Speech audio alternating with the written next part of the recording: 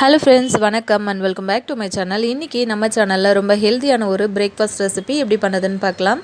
அதுக்கு ஒரு மிக்ஸி ஜாரில் ஒரு 3 பல் பூண்டு சேர்த்துக்கோங்க. ஒரு சின்ன துண்டு இஞ்சி, ஒரு 4-5 காஞ்ச மிளகாயை அந்த மாதிரி கிள்ளிட்டு சேர்த்துக்கோங்க.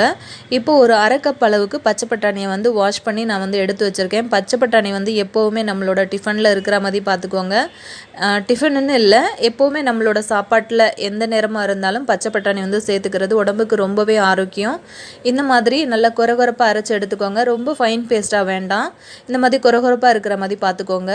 நான் வந்து இன்றைக்கி மைதா மாவு தான் எடுத்திருக்கேன். நீங்கள் வந்து மைதா மாவு பிடிக்காது அப்படின்னா நீங்கள் வந்து தாராளமாக கோதுமை மாவு எடுத்துக்கலாம். இந்த மாதிரி அரைச்ச பேஸ்ட்டை வந்து நம்ம மாவில் சேர்த்துக்கலாம். நல்ல மாவில் சேர்த்ததுக்கப்புறம் நல்ல ஒரு மிக்ஸ் கொடுங்க. இந்த மாதிரி பச்சை பட்டாணி வந்து சேர்த்து செய்யும்போது ரொம்ப டேஸ்டியாக இருக்கும். கொஞ்சமாக வந்து உப்பு சேர்த்துக்கலாம். சேர்த்துட்டு இதையும் நல்லா ஒரு மிக்ஸ் கொடுத்துருங்க. பச்சை பட்டாணி வச்சு பிரேக்ஃபாஸ்ட் ரெசிபி ஆல்ரெடி என்னோடய சேனலில் அப்லோட் பண்ணியிருக்கேன். வேணும் அப்படின்னா மறக்காமல் என்னோடய சேனலுக்குள்ளே விசிட் பண்ணி பாருங்கள். நிறைய ஆரோக்கியமான ரெசிபிஸ் வந்து அப்லோட் பண்ணியிருக்கேன். இப்போ ஒரு முட்டையை வந்து உடச்சி இந்த மாதிரி உள்ளே சேர்த்துக்கலாம். முட்டையை சேர்த்ததுக்கப்புறமா இந்த மாதிரி நல்லா அதை வந்து மிக்ஸ் பண்ணி விட்டுருங்க. முட்டை உங்களுக்கு வேணும் அப்படின்னா சேர்த்துக்கோங்க, இல்லைனா தாராளமாக நீங்கள் ஸ்கிப் பண்ணிக்கலாம். மாவு இந்த மாதிரி சப்பாத்தி மாவுக்கு மாதிரி நல்லா பிசைஞ்சதுக்கப்புறமா கொஞ்சமாக ஆயில் சேர்த்து இதை இன்னும் ஒரு 2 தடவை நல்லா பிசைஞ்சிட்டு அப்படியே இதை ஒரு மூடி போட்டு நம்ம ஒரு 10 நிமிஷம் இதை வந்து ரெஸ்ட் கொடுத்துடலாம். அதுக்குள்ளே பார்த்திங்கன்னா இந்த ரெசிபிக்கு, இந்த டிஃபனுக்கு ரொம்ப சூப்பரான ஸ்பைசியான கார சட்னி ஒன்று ரெடி பண்ணிக்கலாம். ஒரு 2 நிமிஷத்தில் ரெடி பண்ணிக்கலாம் நம்ம அந்த சட்னியை. நான் வந்து இன்றைக்கி மண் சட்டி தான் எடுத்திருக்கேன். கொஞ்சமாக ஆயில் சேர்த்துருக்கேன். ஆயில் சேர்த்ததுக்கப்புறமா பார்த்திங்கன்னா ஒரு 4லேருந்து 5 காஞ்ச மிளகாய் எடுத்திருக்கேன். ஒரு சின்ன துண்டு இஞ்சி சேர்த்துருக்கேன். இது ரெண்டுத்தையும் சேர்த்து ஃபஸ்ட்டு எண்ணெயில் வதக்கிக்கலாம்.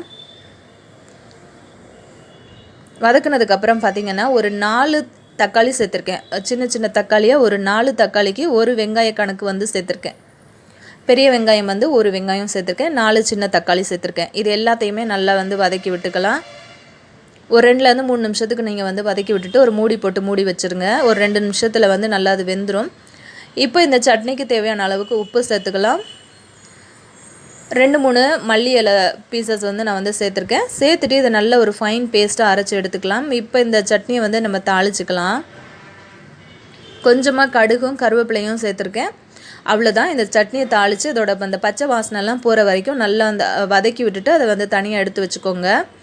இப்போ நம்மளோட மாவு வந்து நல்லா ரெடியாகி வந்திருக்கு. நல்லா சாஃப்டாக வந்திருக்கு பாருங்கள். இப்போ நம்ம இதை வந்து உருண்டை பிடிச்சிக்கலாம். பச்சை பட்டாணி ஏன் நான் சேர்க்கணும் டிஃபனில் அப்படின்னு சொன்னேன் அப்படின்னா, பச்சை பட்டாணியில் வந்து நிறைய ஊட்டச்சத்துக்கள், தாது, உப்பு அந்த மாதிரி நிறைய இருக்குது. நிறைய வந்து பார்த்திங்கன்னா ஸ்கின் அலர்ஜியெல்லாம் வருது பார்த்திங்களா, அதெல்லாமே வந்து தடுக்கக்கூடிய சக்தி வந்து நிறைய பச்சை பட்டாணிக்கு இருக்குது. இந்த மாதிரி சின்ன சின்ன சப்பாத்தியாக நீங்கள் வந்து திரட்டிக்கலாம் ஃப்ரெண்ட்ஸ். உங்களுக்கு எந்த சைஸ்க்கு தேவையோ அந்த அளவுக்கு நீங்கள் வந்து திரட்டிக்கலாம். இதயம் சம்மந்தப்பட்ட நிறைய விஷயங்களுக்கு வந்து பார்த்திங்கன்னா பச்சை பட்டாணி வந்து நிறைய வந்து ஹெல்ப் பண்ணுது. இதயத்தை வந்து ரொம்ப ஆரோக்கியமாக வச்சுக்கிறதுக்கு பச்சை பட்டாணியோட பங்கு வந்து ரொம்ப அதிகமாக இருக்குது. இந்த மாதிரி சூப்பராக தேய்ச்சி எடுத்தாச்சு பாருங்கள். இதை வந்து இப்போ நம்ம வந்து கல்லில் போட்டுக்கலாம். அதே சமயத்தில் பார்த்திங்கன்னா ரத்தத்தில் இருக்கிற சர்க்கரையோட அளவை வந்து கட்டுப்படுத்துறதுலையும் வந்து ரொம்ப முக்கியமான ஒரு பங்கு இருக்குன்னு சொல்லலாம் இந்த பச்சை பட்டாணிக்கு. பச்சை பட்டாணியை பற்றி சொல்லணும் அப்படின்னா நிறைய வந்து நம்ம சொல்லிகிட்டே போகலாம். நம்ம வந்து ஃப்ரெஷ்ஷாக மார்க்கெட்டில் கிடைக்கிது பார்த்திங்களா, அந்த மாதிரி பச்சை பட்டாணி வந்து வாங்கி நம்ம யூஸ் பண்ணிக்கலாம். எப்போவுமே அது வந்து ரொம்ப ஃப்ரெஷ்ஷாக இருக்கிறதுனால இன்னுமே வந்து ஆரோக்கியமாக தான் இருக்கும்.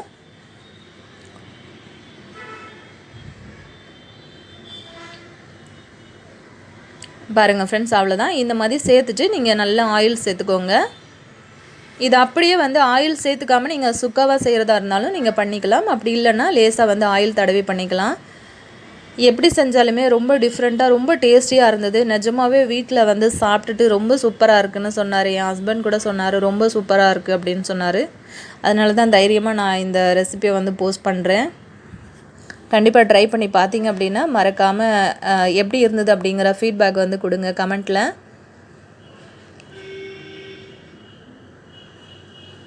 இதே மாதிரி பச்சை பட்டாணி, அதுக்கப்புறம் வந்து ரவை வச்சு ஒரு குழிப்பணியாரம் ரெசிபி கூட நான் வந்து போட்டிருக்கேன். அதுவும் வந்து பிரேக்ஃபாஸ்ட் ரெசிபி தான். அதோட கார்டும் வந்து நான் மேலே எண்டு கார்டில் கொடுக்குறேன். இந்த மாதிரி நல்ல காரங்காரமாக இந்த சட்னி வந்து பார்த்திங்கன்னா நல்லா புளிப்பாகவும் நல்ல காரமாகவும் இருக்கிறதுனால ரொம்ப டேஸ்டியாக ரொம்ப சூப்பராக இருந்துச்சு. நம்ம முட்டை சேர்த்துருக்கிறதுனால ரொம்ப சூப்பராக சாஃப்டாக வந்துருந்தது. நல்ல லேயராக அவ்வளோ அருமையாக இருந்தது. இதை வந்து நீங்கள் பரோட்டா மாதிரி கூட போட்டுக்கலாம், இன்னுமே வந்து சூப்பராக இருக்கும். செம்ம டேஸ்ட்டாக இருந்துச்சு ஃப்ரெண்ட்ஸ். நிஜமாகவே சொல்ல போனால் ரொம்ப டேஸ்டியாக இருந்தது. நல்ல புளிப்பாக ரொம்ப சூப்பராக இருந்தது சட்னி கூட. நீங்கள் ஸ்பைஸியாக என்ன சட்னி வேணாலும் நீங்கள் வந்து ரெடி பண்ணிக்கலாம் ஃப்ரெண்ட்ஸ். இந்த ரெசிபீஸ் வந்து உங்களுக்கு பிடிச்சிருந்தது அப்படின்னா மறக்காமல் உங்களோட ஃபீட்பேக் கொடுங்க. நாளைக்கு இன்னொரு நல்ல ஹெல்த்தியான ரெசிபியோடு நான் உங்களை மீட் பண்ணுறேன் ஃப்ரெண்ட்ஸ். தேங்க்யூ.